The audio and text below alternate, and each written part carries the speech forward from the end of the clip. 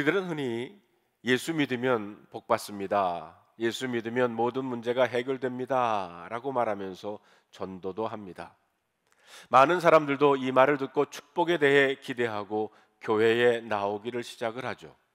그런데 교회에 나오긴 했지만 여전히 삶의 어려운 문제가 해결되지 않고 자신의 삶 역시 별로 달라지지 않는 것을 보면서 사람들은 내가 괜히 예수를 믿었나?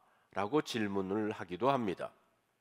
또 어떤 사람은 교회에 나오기 시작하면서 어려운 문제가 생기자 종교를 바꾸면 안 된다고 하더니 혹시 내가 종교를 바꾸어서 이런 어려움을 당하나? 라고 생각하고는 슬그머니 교회를 떠나는 분도 있다고 합니다. 혹시 여러분들은 교회에 나왔지만 삶의 고통을 당하고는 예수 믿는 것을 후회해 보신 적은 없으십니까? 예수만 믿으면 만사형통해야 되는데 그렇지 못해서 실망해 보신 적은 있습니까? 오늘 우리가 읽은 본문의 말씀은 그런 분들을 위한 말씀이라고 생각합니다. 10절을 말씀을 보면 우리 함께 읽어볼까요? 그 땅에 기근이 들었으므로 아브라함이 애굽에 거류하려고 그리로 내려갔으니 이는 그 땅의 기근이 심하였음이니라. 아마 아브라함은 하나님의 약속을 붙잡고 하란을 떠나서 약속의 땅 가나안으로 왔을 때 처음에는 커다란 기대가 그에게 있었을 것입니다. 가나안에 들어오기까지의 긴 여행과 많은 고통을 견딜 수 있었던 것도 가나안에서의 축복을 기대했기 때문일 것입니다. 그런데 아브라함이 가나안 땅에 왔을 때 그에게 다가온 것은 축복이 아니라 기근이었습니다. 그것도 심한 기근을 만났다게 했습니다. 가나안 땅에서 하나님의 축복을 누리기도 전에 삶의 어려움에 직면하게 된 것입니다. 이것은 아브라함의 믿음을 흔들어 놓기에 충분했습니다. 어쩌면 아브라함은 근본적인 질문 앞에 서야 했을지도 모릅니다. 가나안으로 오는 것이 정말 하나님의 뜻이 맞나? 혹시 내가 잘못 온 것은 아닌가? 그런데 여기서 우리가 짚고 넘어가야 될 것이 있다는 것입니다. 하나님은 우리에게 예수 믿으면 어려움은 하나도 없을 것이고 만사가 다 형통할 것이라고 하는 헛된 약속을 하지 않았다는 겁니다. 성경에는 예수 믿으면 고난도 하나도 없고 다 부자가 될 것이고 어려움도 다 사라질 것이다 이렇게 말한 적이 없습니다. 성도들에게도 고난이 올 수도 있고요, 예상치 않았던 문제를 만날 수도 있습니다.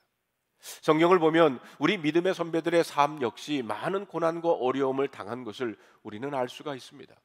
그러나 우리가 주의 깊게 살펴보면 사실 성도들이 당하는 어려움과 불신자들이 당하는 어려움에는 차이가 있다는 것입니다. 불신자들에겐 어려움은 그냥 어려움입니다. 그들에게 실패는 그냥 실패입니다. 그러나 성도들에게 있어서 어려움은 그냥 어려움이 아니고 문제는 그냥 문제가 아니라는 겁니다. 왜냐하면 어려움과 문제 때문에 성도들은 망하지 않기 때문입니다. 성도들에게 기근이 없으면 좋겠지만 기근이 와도 사실은 괜찮습니다. 병이 안 걸리면 좋겠지만 그러나 병에 걸려도 괜찮습니다. 시험이 없으면 좋겠지만 그러나 시험이 와도 괜찮습니다. 왜냐하면 하나님이 성도들과 함께하기 때문입니다. 여러분, 그래서 사도 바울은 고린도전서 10장에 이렇게 말하고 있습니다. 사람이 감당할 시험 받기는 너희가 당할 것이 없나니 오직 하나님은 미쁘사 너희가 당하지 못할 시험 당함을 허락하지 아니하시고 시험 당할 즈음에 또한 피할 길을 내사 너희로 능히 감당하게 하시느니라. 보십시오. 문제가 없을 것이라고 말하지 않았습니다. 문제가 생겨도 괜찮다는 겁니다. 왜냐하면 능히 이길 수 있기 때문입니다. 성경에 보면 고난과 어려움은 하나님이 성도들을 새롭게 하는 하나님의 방법이었어요. 고난은 성도들에겐 은혜의 통로가 될 수 있고 축복의 통로가 될 수 있다는 것입니다. 성도들은 삶의 문제를 통해 기도를 배우고요, 그리고 어려움을 통해 하나님을 더 의지하는 것을 배우게 되는 줄로 믿습니다. 여러분, 자녀들이 한 번도 안 아프고 자라면 얼마나 좋겠습니까? 그러나 사실은 아프면서 자라는 것이 정상입니다. 아이들이 좀 아프다고 호들갑 떠는 사람들을 보면 대개 첫째 아이를 기를 때입니다. 저희 부부가 그랬거든요. 첫 아이를 기르면서 부모들은 아이들은 아프면서 자라는구나 라는 것을 알게 돼요. 그래서 두 번째 아이를 키울 때는 좀 더 여유가 생기는 것입니다. 그때는 어지간히 아파도 크게 당황하지를 않습니다. 첫 아이 때 다 경험해 보았기 때문입니다. 그런데 신기한 것은 아이들은 한 번 아프고 나면 부쩍 성장을 한다는 거예요. 아프고 나면 뒤집는 것을 배우고요. 아프고 나면 배밀이를 하고요. 아프고 나면 기는 것을 배웁니다. 여러분, 성도들에게 있어서 고난은 그런 것과도 같다는 것입니다. 고난을 통해서 우리는 새로운 은혜들을 체험하게 됩니다. 질병 때문에 고난을 당하면서 우리는 하나님의 사랑을 더 깊이 배우고 삶의 문제 앞에서 기도하는 것을 배웁니다. 또한 우리는 고난을 통해 우리의 못난 성격들이 다듬어져 가요. 그러면서 하나님의 성품, 특별히 겸손함을 닮아가게 되는 것입니다. 그렇습니다. 성도들의 고난에는 하나님의 놀라운 뜻이 있습니다. 그런 의미에서 가나안 땅에 들어온 아브라함이 기근을 만난 것은 하나님께서 아브라함에게 믿음을 가르치시는 중요한 통로였다고 할 수가 있습니다. 그렇다면 기근을 만난 아브라함이 어떻게 행동을 해야 할까요? 성도들은 어려움을 만나면 기도해야 하고 기도를 통해서 하나님의 뜻을 발견해야 합니다. 이것이 믿음으로 반응하는 것입니다. 아브라함 역시 당연히 기도하고 하나님의 인도함을 받아야 했습니다. 그런데 성경에 보면 눈을 씻고 봐도 아브라함은 기도했다는 말이 없어요. 성경에서 분명히 밝히고 있지는 않지만 아마 아브라함은 기도 대신 염려하고 고민했던 것 같습니다. 어떻게 하면 좋을까?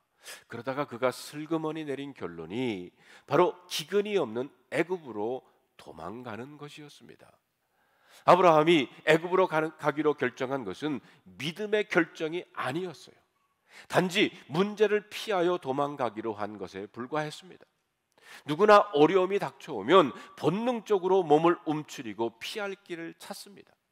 어쩌면 아브라함은 기근이라고 하는 어려움이 닥쳐오자 본능적으로 자기가 살 길을 찾아가게 된 것입니다.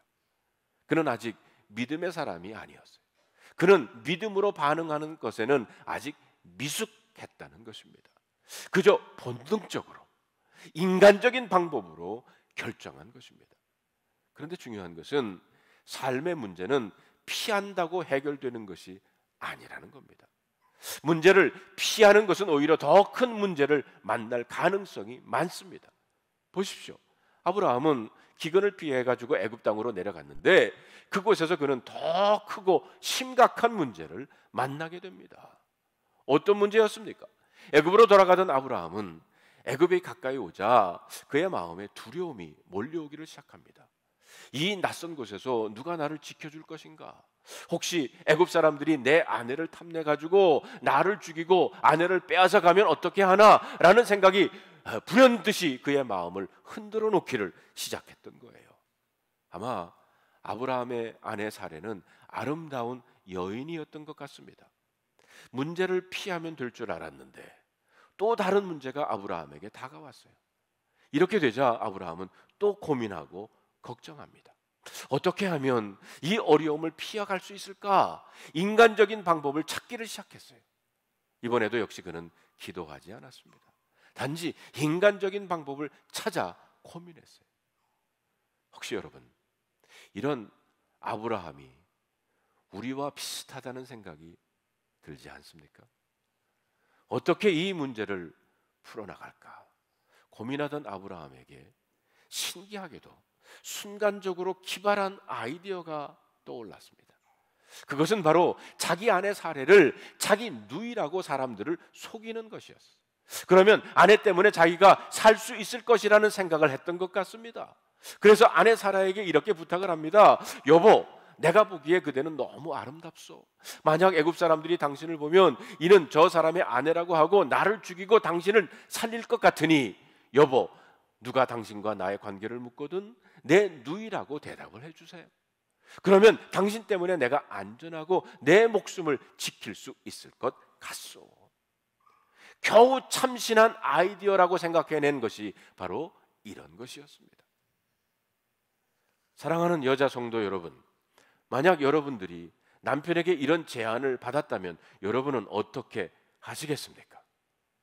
남편이라는 작자가 아내 지킬 생각은 안 하고 자기 목숨이 아까워서 누이라고 사람들을 속이라고 강요하다니 얼마나 서운하고 기가 막히겠습니까? 여기서 우리가 알 수 있는 것은 믿음의 조상 아브라함도 우리와 같이 별 수 없는 인간이었다라는 것입니다. 성경은 아브라함의 이런 치졸한 모습을 그대로 보여주고 있습니다. 사람은 누구나 이렇다는 겁니다. 또 한 가지 우리가 알 수 있는 것은 인간적인 방법에는 늘 한계가 있다는 겁니다. 문제를 피하는 것도 문제를 해결하는 얄팍한 처세술도 다 한계가 있다는 거예요. 이런 것들이 아브라함에게 아무런 답이 되지를 못했습니다. 아니나 다를까 아브라함이 그렇게 염려했던 일이 바로 애굽 땅에 들어오자마자 실제로 벌어지고 맙니다. 여러분 14절과 15절 봅시다. 아브라함이 애굽에 이르렀을 때 애굽 사람들이 그 여인이 심히 아리따움을 보았고 바로의 고관들도 그를 보고 바로 앞에서 칭찬함으로 그 여인을 바로의 궁으로 끌러갔다고 그랬어요.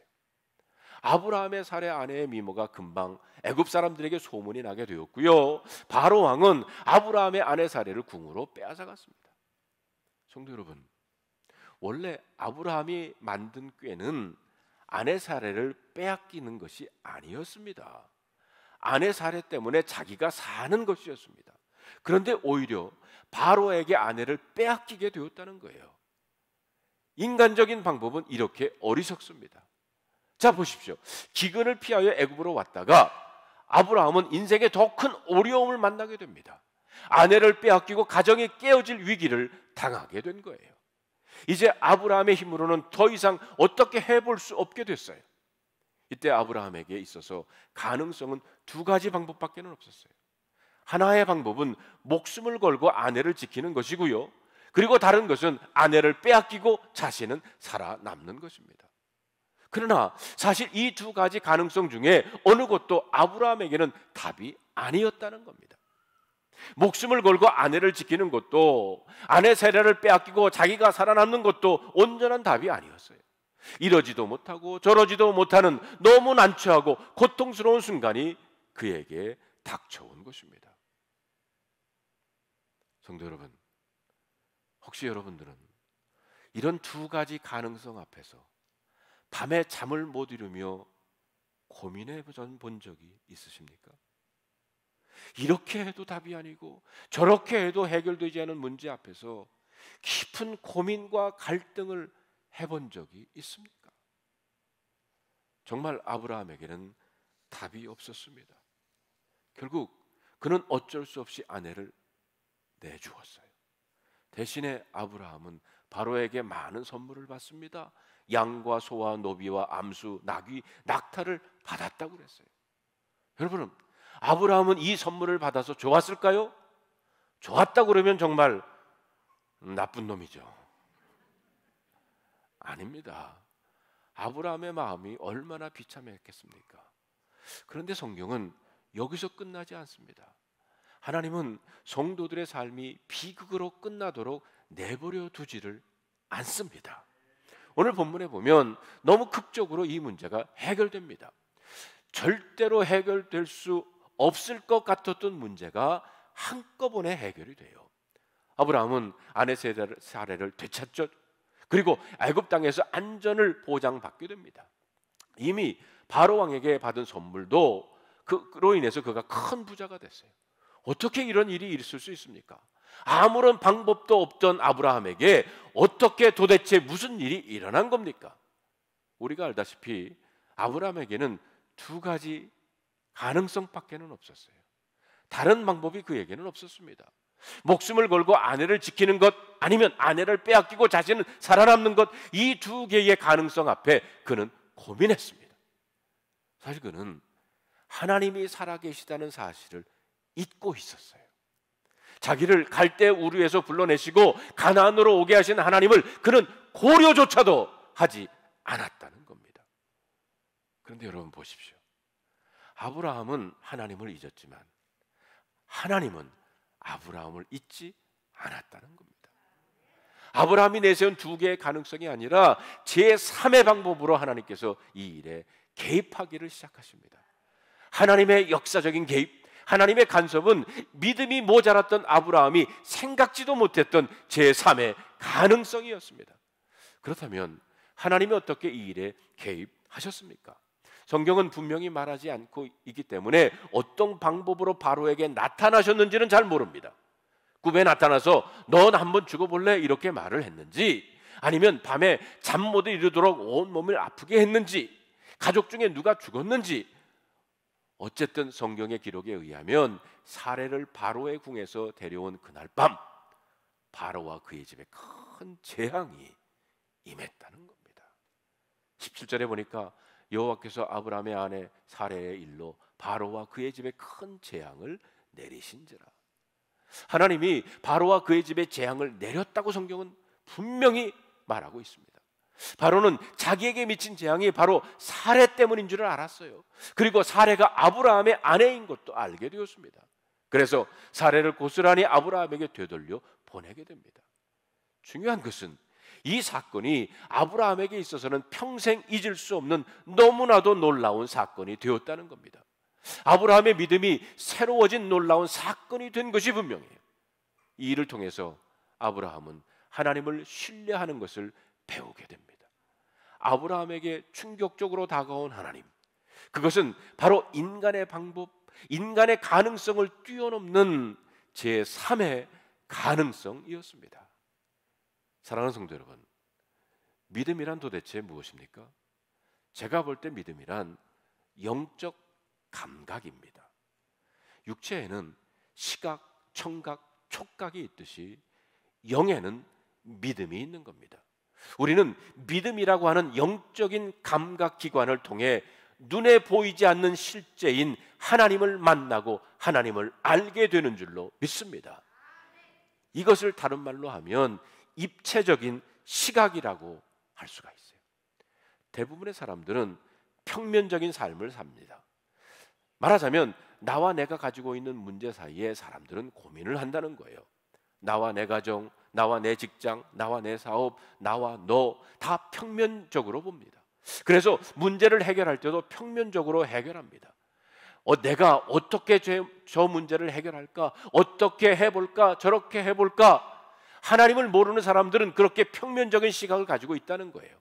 가정에서 일어나는 문제들도 단지 아내와 남편의 문제, 부모와 자식의 문제들로만 봅니다. 사업의 문제 역시 평면적으로만 봅니다. 그러나 성경은 그렇게 말하지를 않습니다. 성경은 입체적인 시각으로 삶을 보기를 원합니다. 여러분, 시편 127편 1절과 2절에 보면 여호와께서 집을 세우지 아니하시면 집을 세우는 자의 수고가 헛되고 여호와께서 성을 지키지 아니하시면 파수꾼의 경성함이 허사로다. 너희가 일찍 일어나고 늦게 누우며 수고의 떡을 먹음이 헛되도다 하셨어요. 보십시오.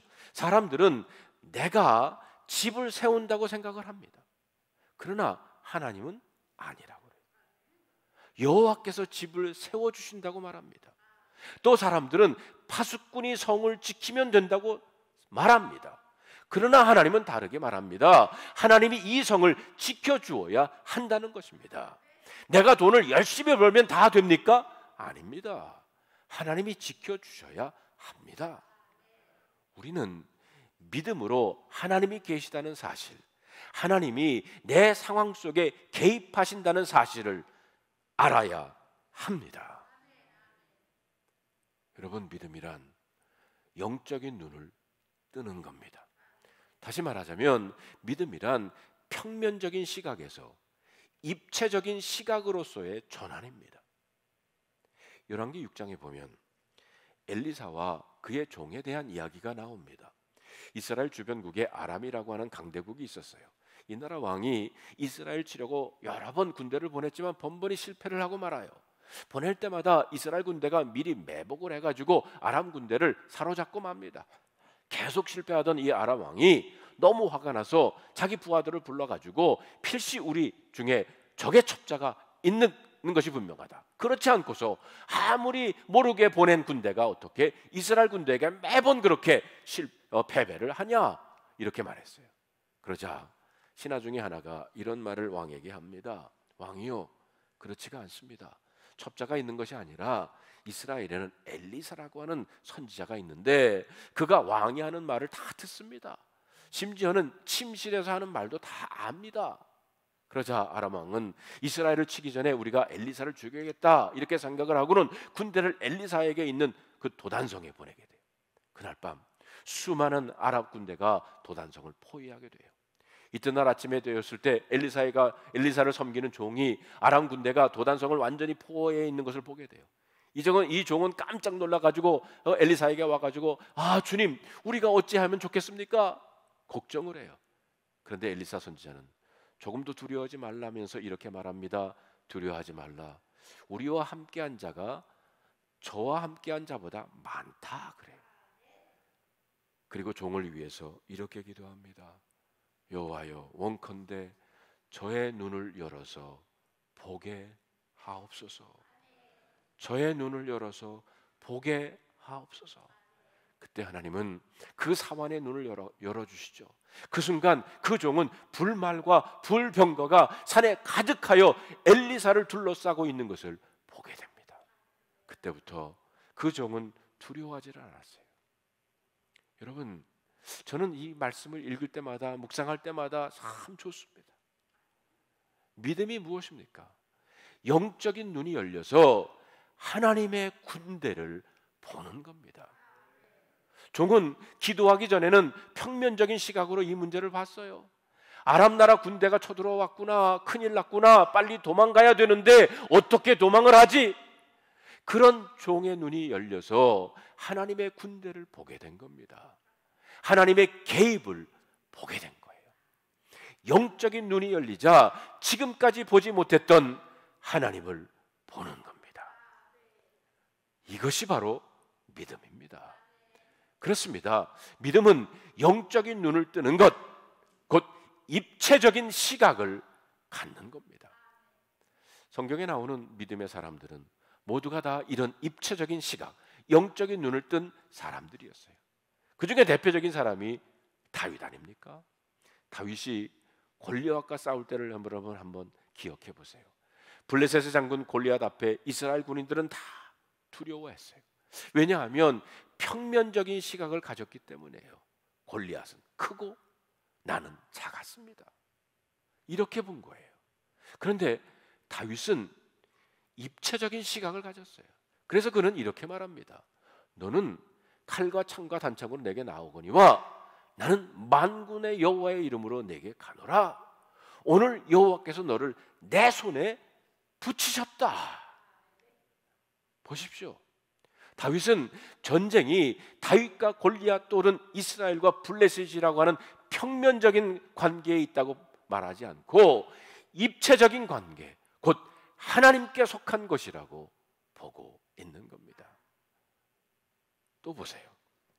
사울 왕이 얼마나 다윗을 죽이려고 했습니까? 그런데도 다윗은 사울을 상대하지 않았어요. 다윗은 늘 하나님만을 상대합니다. 사울 왕을 죽일 수 있는 너무 좋은 기회가 적어도 2번 있었지만 그는 죽이지 않았어요. 왜 그렇죠? 사울을 죽일 수 있는 그 결정적인 순간에 그는 사울을 본 것이 아니라 하나님을 생각했어요. 사울 왕은 하나님께서 기름 부어 세운 사람이지 그것을 생각한 겁니다. 심지어 다윗은 아들 압살롬에게 쫓겨서 예루살렘에서 도망할 때 자기를 저주하는 시므이의 사람을 보고 뭐라고 그랬습니까? 다른 부하들이 왕이여 말씀만 하시면 저 사람 죽이겠습니다. 그랬더니 다윗이 그냥 두어라. 그리고 말하기를 사람이 저에게 다윗을 저주하라고 하심이 아니겠느냐. 다윗은 시므이의 그 욕을 저주를 하나님의 메시지로 받은 겁니다. 놀랍지 않습니까? 그는 시므이가 나를 저주하는구나 이렇게 평면적으로 생각하지 않고 하나님이 시켰구나를 본 거예요. 보십시오. 다윗은 입체적인 시각을 가진 겁니다. 그렇습니다. 오늘 우리는 영적인 눈이 열려서 입체적인 시각으로 사물과 사건을 볼 수 있어야 합니다. 평면적인 시각을 가지고 나와 문제만을 보지 말고 눈을 들어서 위에 계시는 하나님을 보시는 여러분들이 되시기를 바랍니다. 오늘 본문의 핵심은 여기에 있어요. 처음에는 아브라함은 평면적인 시각을 가졌어요. 그래서 자기 힘으로 자기 방법으로 문제를 해결해 보려고 했습니다. 그는 아직 믿음이 모자랐어요. 하나님은 그런 아브라함에게 나의 생각, 나의 가능성을 뛰어넘어서 제3의 가능성으로 하나님이 너와 함께 있다는 것을 보여주신 것입니다. 그런 의미에서 여러분, 그런 의미에서 이 땅에 오신 예수 그리스도 역시 제3의 가능성이라는 거예요. 우리의 힘으로 해결할 수 없는 죄, 우리의 힘으로 꺾을 수 없는 악한 사탄을 해결하기 위해서 하나님이 직접 인간의 몸을 입고 이 땅에 오신 줄로 믿습니다. 보십시오.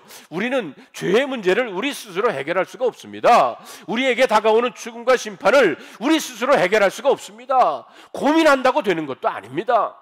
평면적으로 인생을 보면 어디에도 답을 얻을 수가 없어요. 그런데 하나님이 친히 몸을 입고 제3의 가능성으로 오셨다는 거예요. 성경은 분명히 말합니다. 말씀이 육신이 되어 우리 가운데 거하심에 하나님이 육신이 되어 지금 여러분 가운데 거하시는 줄로 믿습니다. 몸을 입고 오신 하나님, 예수님, 그렇기 때문에 그분이 여러분과 저의 구세주가 되시는 줄로 믿습니다. 그분은 십자가 위에서 우리 힘으로 해결할 수 없는 죄와 저주를 해결해 주셨어요. 그러므로 이제 우리는 제3의 가능성으로 이 땅에 오신 예수 그리스도를 붙잡아야 합니다. 평면적인 시각에서 입체적인 시각으로 변화되어야 합니다. 아람 군대 너머에 하늘의 천군 천사를 본 엘리사의 종의 눈, 영적인 눈을 가지시는 여러분들이 되시기를 바랍니다. 우리 문제 너머에는 살아계신 하나님이 우뚝 서 계십니다. 성도 여러분,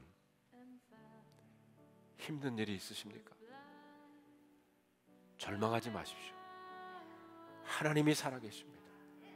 아직 해결되지 않은 문제가 있습니까? 그 문제 너머에 우리 주님 예수 그리스도가 계심을 믿으시기를 바랍니다. 제3의 가능성으로 늘 우리 곁에 계시는 주님을 확인하며 살아가야 할 것입니다. 영적인 눈을 뜨고 하나님을 바라보는 믿음을 가지시기를 주님의 이름으로 축원합니다. 오늘 이 말씀을 우리 마음속에 간직해 보면서 다음 세 가지 질문에 여러분 스스로 한번 답해 보시기를 바랍니다. 여러분은 예수 믿으면서 실망해 본 적이 있나요? 왜 그렇습니까? 여러분은 어려운 문제를 만나게 되면 제일 먼저 무엇부터 하십니까? 셋째로 여러분은 주님의 제3의 가능성을 경험해 보신 적이 있으십니까?